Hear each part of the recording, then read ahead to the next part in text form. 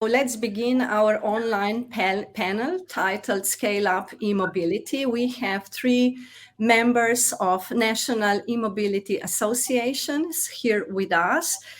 Each of them will offer a presentation. We invite the first representative, Peter Haugneland, to begin and open this session. Please. Yeah, so my name is Petter Haugneland. I will present the Norwegian experience, the learnings from the Norwegian EV market and charging infrastructure, and the learnings from Norway. So first, a bit about my association, the Norwegian EV Association. We are a non-profit NGO with over 120,000 members currently, over 50 employees based in Oslo, Norway. And we also have local volunteers with 14 local branches all over Norway. And our goal is to electrify transport as fast as possible. And how we do that? We work on policy advocacy to speed up transition to electric mobility, both on local, national, and international level. We also have a membership service desk where people call in or send us emails about questions, mostly about charging, and we give them help and tips, and also charging services like our own EV app with charging map and route planner, and also charging service Ladeklubben.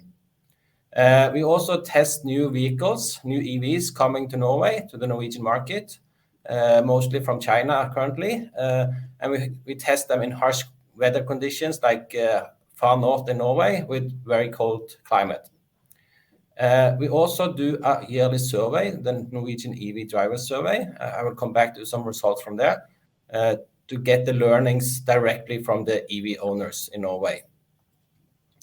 If you don't know Norway, it's far north in Europe, a small country with 5.5 million people. We have 2.9 million passenger cars currently, and about 500,000 electric cars. Our energy production is mostly hydropower, renewable, and 10% wind energy. So we are mostly renewable energy, electricity in the Norwegian grid.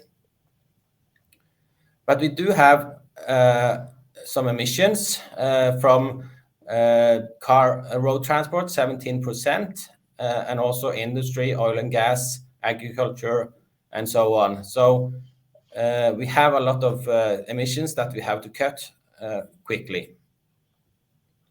So one of the goals of the Norwegian Parliament is to reduce emissions from road transport. And the goal is that by 2025, all new cars sold and small trucks will be zero emission. And how we do that? That's with policy measures. So in Norway, we have a high taxes on cars, both VAT, but also purchase tax. But for zero emission cars, that's zero tax. Even if they now are starting to implement some taxes on electric cars, they're still very competitive in the market. And also when you own your own car or drive it, it's also a lot of incentives like getting access to bus lanes so you can save time during rush hours, also environmental rebates in toll roads and so on. And that's why the Norwegian market share is record high in the world. Currently, it's about 78% of all new cars are fully electric, and about 10% of plug-in hybrids are plug-in hybrids. So a bit about the Norwegian EV driver survey. We do that every year. Last time was in April this year with over 16,000 respondents. And first of all, I will talk a bit about some issues, problems, things that are not working. But overall, most of the EV owners are very happy about their choice, that they love their car, they love to be an EV owner. 95% are satisfied or very satisfied with their EV. The reason why people mostly choose an EV, to buy an EV, is that it's economic. Dark blue is economic reason, because it's cheaper to buy or cheaper to drive. Other reasons are environmental reasons, or that it's the best technology and so on. But economic reasons are the most important. And also 97% of the EV owners in Norway, they have their own parking. So they have easy access to charging on a daily basis or weekly basis. But they also fast charge, most of them also fast charge now and then, not very often, mostly monthly or more seldom when they are going on longer trips. So they don't use fast charging every day, but they need access to fast charging. So that's why Norwegian government in 2017 had a public scheme to support fast chargers on all main roads every 50 kilometers. And that made the basic infrastructure in all over Norway on main roads. And after that, it has been a commercial market that has built more and more stations all over the country. And also bigger stations, better stations. In the beginning, it was just 1 or 2 fast charger in the middle of nowhere. But now you see even the gas stations, they build a lot of chargers. This is one example. When you drive into the station on the left, you get to the fast chargers first, and then the service station and the gas fuel pumps are in the back. This station also has battery storage and solar panels on the roof. So that's a very good, new and good example. Another Shell station, they have chargers all around the station and also room to build more when the market grows. So this means that fast chargers are built all over Norway, and we have now over 5,000 chargers in Norway, but we have to build 5,000 more the next few years to keep up with the cars EV market. We also have some issues, mostly charging, getting access to charging. That's the most difficult question now, that there is a lot of chargers, but it's very difficult to get access. You have to download an app for every charging company. So we think that car payment is essential to get this easy access to fast charging.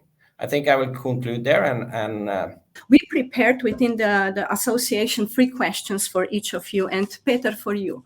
We learned in your presentation that the Norwegian EV Association has 26 years of experience and that the organization represents 120,000 car owners.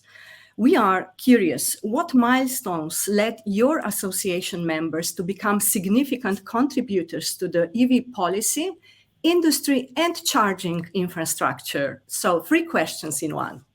Yeah, well, I think it's the user perspective that we highlight the users all the time.